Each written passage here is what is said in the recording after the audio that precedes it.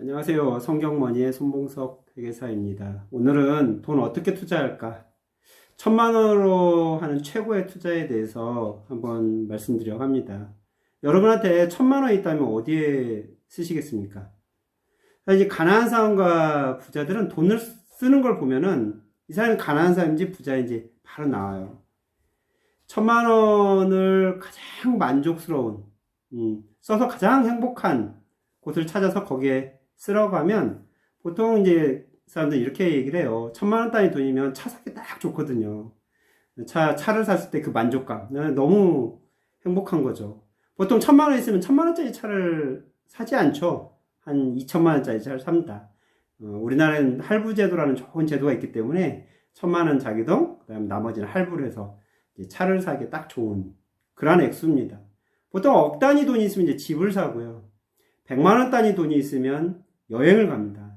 10만 원 단위 돈이 있으면 좋은 맛있는 걸 먹으러 가죠. 이렇게 보통 사람들은 내가 원하는 곳에 돈을 쓰면서 행복함을 느껴요. 이런 사람들은 가난한 사람입니다. 가난한 사람들은 돈을 쓰면서 재미를 느끼고 행복감을 느끼는 사람들이에요. 반대로 부자들은 돈을 불리면서 재미를 느낍니다. 1,000만 원 단위 돈이 있는데 이걸 내가 1,100만 원, 1,200만 원 만들기 위해서 펀드에 든다든지 주식을 산다든지 예적금을 든다든지 이렇게 하는 사람들은 부자일 가능성이 높아요. 그럼 그런 사람들이 돈을 쓰지 않고 돈을 불리면서 혹시나 고통을 감수하고 있지 않은가 이렇게 생각하시면 오산입니다. 그런 사람들은, 부자들은 내 돈을 쓰면서 재미를 느끼는 게 아니라 돈을 모으면서 재미를 느끼는 사람들입니다. 사실 둘 다 가난한 사람이나 부자나 재미를 느끼고 행복감을 느끼는데 돈을 넣는 건 마찬가지예요. 그런데 부자들의 행복감은 가난한 사람들이 돈을 쓰면서 드는 행복감보다 훨씬 오래 갑니다. 여러분 한번 경험을 해보세요. 내가 차를 사면서 느낀 행복감 얼마나 오래 갔는지. 저 같은 경우는 차에 대해서 욕심이 별로 없어서 그런지 한 일주일 정도 지나면 차에 대해서 그렇게 행복감 느끼지 않습니다. 오히려 새 차를 사면 걱정거리가 많이 생기는 것 같아요. 혹시나 내 차를 누가 긁지 않았나? 한 5년, 10년 된 차 같으면 누가 와서 긁어도 별로 1초도 기분 나쁘지 않습니다. 그런데 새 차의 기스가 조금이나 났다. 아마 이거 한 30분 갈 것 같아요. 스트레스가. 과연 그 행복감과 불행, 어떤 걸 선택할까요? 저 같으면 저는 차에 욕심이 없어서 새 차 사는 거 그렇게 좋아하지 않습니다. 지금 타고 있는 차 앞으로도 한 10년 이상 타면서 이 차로 인한 스트레스가 안 받는 게 어떻게 보면 제가 차를 갖고 있는 그런 가치 같아요. 저는 맛있는 거 먹으러 가는 거 별로 그렇게 행복감 느끼지 못합니다. 어차피 먹어도 나오는 건 다 똑같은 거거든요. 10,000원짜리 먹으나 10만원짜리 먹으나 나오는 건 다 똑같은 형태의 똥일 뿐입니다. 10만원짜리 먹었다고 해서 하얀 똥이 나오고 그런 건 아니잖아요. 가난한 사람들이 느끼는 행복감은 돈을 쓰면서 드는 행복감 그렇게 오래가지 않습니다. 그래서 보통 재테크책이나 투자책, 돈에 대한 마인드책에서 보면 돈을 투자하면서 모으는 그러한 행복감을 느껴라, 부자 마인드를 가져라, 이런 마인드 차이에 대해 많이 얘기를 합니다. 저는 성경문이잖아요. 성경을 가지고 돈을 생각하고 바라보고 또 책까지 썼어요. 강의도 하고 있죠. 성경에 말하는 진짜 부자는 뭘까? 1,000만 원 할 수 있는 최고의 투자에 대해서 오늘 한번 말씀을 드려보려고 해요. 저는 단기 선교를 작년에 갔다 왔는데요. 베트남으로 단기 선교를 갔다 왔습니다. 저희 교회에서 단기 선교를 가지 않았고 제가 이제 다른 교회의 단기 선교팀에 꼽사리 껴가지고 갔다 왔는데요. 그 단기 선교의 목적이 집 짓기 봉사였어요. 미용 봉사, 음식 봉사, 가장 중요한 프로젝트는 집 짓기 봉사였습니다. 베트남 사람들한테 가난한 사람들을 찾아서 집을 지어주는 건데요. 한 250만 원 정도 든대요. 250만 원 정도면 그 사람들한테 집과 그다음에 송아지 한 마리까지 그리고 가정용품까지 이렇게 같이 주는 그러한 이제 봉사였습니다. 선교사님이 한 30년 그 베트남에서 사역을 하셨기 때문에 집 지을 사람들을 많이 이제 찾아놨던 거예요. 그래서 저희는 가서 평소에 이제 돈은 다 선교비로 지급을 했고 거기서 한 두세 달 동안 집을 지어 놓으면 저희 가서 이제 페인트 칠을 하고 선물을 증정하고 오는 거였습니다. 사실 저희가 하는 일 그렇게 많지 않았어요. 평소에 이제 돈을 보내놔서 선교비로 한 250만 정도 그쪽에 혜택이 가도록 해놓은 거고요. 선교사님이 고생을 많이 하셨겠죠. 어려운 사람들 이제 찾아다녀야 되고 또 그 과정 준비를 다 해야 되고 집을 미리 또 지어 놔야 됩니다. 골격은 올려놔야 저희가 가서 페인트 칠을 하고 오는 거였거든요. 그리고 페인트 칠 하면 한 2시간 정도, 3시간 정도 하면 페인트 칠 합니다. 여러 명이 가니까. 그런 이제 가정용품을 이제 전달하는데 한 3가정 정도를 하고 왔거든요. 하루에 한 가정씩. 근데 저한테 굉장히 인상 깊은 가정이 있었어요. 거기 베트남이 옛날 베트남 전쟁 때문에 고엽제 환자들이 많습니다. 대를 물려서 그 후유증이 있는데 저희가 집짓기 봉사하러 간 그 집도 굉장히 가난한 그런 집이었고요. 그 아들이 초등학생인데 고엽제 후유증 환자였어요. 뭐 한 9살 정도 되는 애가 고엽제로 좀 정신이 지능이 좀 떨어지고 생긴 것도 정상이라고는 조금 먼 그런 모습이었습니다. 그 집에 이제 페인트 칠하고 그 집에 그 가족들이 다 나와가지고 이제 한마디 하는데요. 그 어머니 말씀이 참 인상 깊더라고요. 저보다 어렸는데 그분이 복권을 팔러 다니시는 분이었어요. 베트남에서 복권을 팔러 다니는 직업을 가진 사람들은 거의 거지급입니다.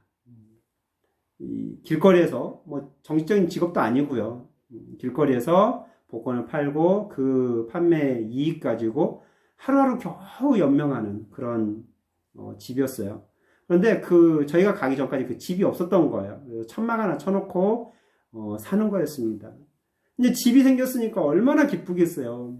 그래서 그 집을 선물을 이제 전달하는 시기에 아들을 초등학교에 가 있는데 초등학교가 걸어서 한 40분 걸린대요. 근데 오라고 해가지고 저희가 한 30분 정도 3, 40분 기다렸다가 아들이 오면 이제 그 축하송도 불러주고 선물도 증정하는 그런 식을 가졌는데요. 그 어머니께서 이제 집이 생기니까 막 눈물을 흘리시면서 말씀을 하시는데 자기가 복권을 팔러 나가면 가장 걱정이 되는 게 이 자식 걱정이 되는 거예요. 어린 자녀들을 놓고 이제 복권을 팔러 길거리로 나가지 않았겠습니까? 그런데 이제 비가 오는 날이면 더 걱정이 되는 거죠. 자녀들이 그 천막 하나 쳐놓은 거에서 엄마를 기다리는데 비가 새는 집인 거죠. 집도 아닌 거죠. 천막이니까 비가 다 그냥 안으로 새요. 근데 이제 집이 생기니까 그 비 맞는 걸 이제 피할 수 있다는 그런 그 행복감이 있다는 거예요. 그래서 이제 우리 애들이 비 안 맞아도 된다는 그런 걱정 안 해도 되겠다는 그런 말씀을 하시더라고요. 참 그 가슴이 많이 뭉클했어요. 저희가 250만 원 그렇게 큰 돈 아니거든요. 250만 원 정도를 지급하면 그 가정에 비를 피할 수 있는 집을 마련할 수 있다는 겁니다. 사실 저는 이제 뭐 선교사도 아니고 신도인데 지금은 신학을 공부한 신학생인데 그 단기 선교를 갔다 와서 제가 앞으로 무슨 일을 해야 될까 이런 고민을 참 많이 했습니다. 그 전까지는 사실 신앙생활을 해도 저는 돈 버는 때는 또 세상에 속해서 돈 버는 데 열심히 했거든요.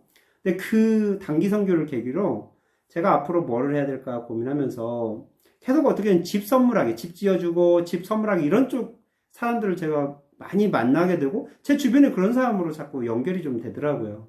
그래서 제가 올해부터 하고 싶었던 사역 중에 하나, 그리고 또 유튜브를 시작한 이유도 사실 그 이유이긴 한데요. 물론 성경 공부, 또 투자에 대한 공부, 돈에 대한 공부 이런 것도 얘기를 하겠지만 최고의 투자는 뭘까? 제가 그때 집짓기 봉사하고 와서 250만 원 할 수 있는 가장 최고의 투자였다. 저는 그렇게 생각을 하고 왔습니다. 제 주변에 어떤 지인은 250만 원짜리 그 밍크 코트를 하나 사러 갔는데 너무너무 사고 싶더라는 겁니다. 그 밍크 코트가. 정말 자기를 위해서 만든 그런 옷처럼 보였대요. 근데 제 얘기를 듣고요. 250만 원이면 베트남에 집 한 채 지어줄 수 있다. 이게 성령님이 그 말씀을 저를 통해서 그 지인의 마음을 움직였어요. 그래서 민크코트를 사지 않고 그걸 절약해서 선교와 구제에 사용하는 걸 보고 너무 뿌듯해 하더라고요. 저는 올해 제 사비를 털어서 1,000만 원 정도씩 이렇게 후원을 하려고 합니다. 250만 원 베트남 정도는 되는데 우리나라에서는 250만 원 갖고 집을 선물한다는 건 참 힘들더라고요. 근데 1,000만 원 정도면 집을 선물하는데 종잣돈 정도는 될 것 같아요. 전체를 다 주지 못하더라도 1,000만 원 가지고 어떻게 집을 선물할 건가. 사실 이건 이제 제 고민거리긴 한데요. 지금 영상을 찍는 이 시점에서는 앞으로 어떤 일을 할 거라는 홍보 정도, 설명 정도의 얘기를 하고요. 구체적인 절차나 대상이나 방법이나 또 이런 과정들은 제가 아마 한 달 정도 고민을 하면서 매주 어떻게 진행되고 있고 또 앞으로 어떻게 이제 저희 구독자분들 참여하실 건지 이거 지금 결정된 건 없습니다. 결정을 하나씩 해가면서 제가 설명을 드릴게요. 그래서 우리 주변에 있는 정말 집이 없어서 비를 피할 수 없고 또 집이 없어서 길거리도 나앉아야 되고 이런 분들 너무 사실 많거든요. 이런 분들을 어떻게 저희가 도와줄 수 있을까 한번 고민하고 같이 공감하고 같이 눈물을 흘릴 수 있는, 그래서 같이 손잡고 갈 수 있는 그런 따뜻한 사회를 만드는데 제가 그냥 손 하나 얹어놓고 싶어요. 저는 그 베트남 단기선교 집 지어주기 사역하고 와서요, 제가 느낀 건 그거였어요. 우리는 집을 지어주는 것이 아니라 하나님의 사랑을 전하기 위해서 그 베트남 땅에 갔다. 베트남에 선교하러 오는 사람들이, 단기 선교하러 오는 사람들이 선교사님들 자주 묻는데요. 우리 선교 언제 하러 가요? 선교 언제 하러 가요? 선교 장소는 어디예요? 이렇게 물을 때 선교사님이 꼭 그런 얘기를 하신다고 해요. 선교하기 전에 구제가 있습니다. 구제가 먼저라는 거죠. 이웃에 대한 사랑이 있고 나서야 선교가 있는 거지, 이웃에 대한 사랑 없고 그 맨 땅에 구제가 들어가면 아무 열매도 맺히지 않는다는 겁니다. 저희 1,000만 원 할 수 있는 최고의 투자에 함께 하실 분들 항상 저희 성경모니 사랑해 주시고요. 또 나중에, 지금은 아니지만 나중에 혹시나 같이 후원을 하신다든지 함께 할 수 있는 시간이 오신다면 또 그 최고의 투자의 열매를 한번 같이 맛보이기를 기도하겠습니다. 아멘.